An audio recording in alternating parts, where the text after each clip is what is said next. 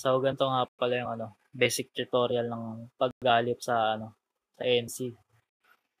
Click mo lang itong 2K knob, click options, manage router, tapos yung team ko, Cavaliers ako eh. Ganito lang gawin mo. Click mo yung more, edit layer. Punta ka dyan sa attributes, di ba? Pag nandiyan ka na, hanapin mo tong pass. Sagad mo yan sa 99. Pati ito, sagad mo rin sa 99 to. Itong dalawang to.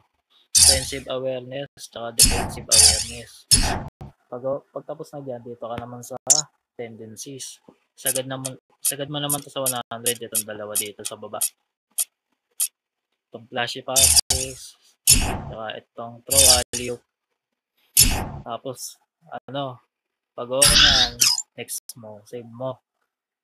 Tapos ganun lang gagawin mo kada sunod-sunod hanggang matapos mo yan hanggang dito. Kada isang mga player niyan, ganun lang gagawin mo. Sa ginawa ko dito kay Garland. Ganun lang kadali. Na yan, okay na yan pag sa mismong ka na, laro ka na. Pwede, na yung kusang mag-aalip na yun.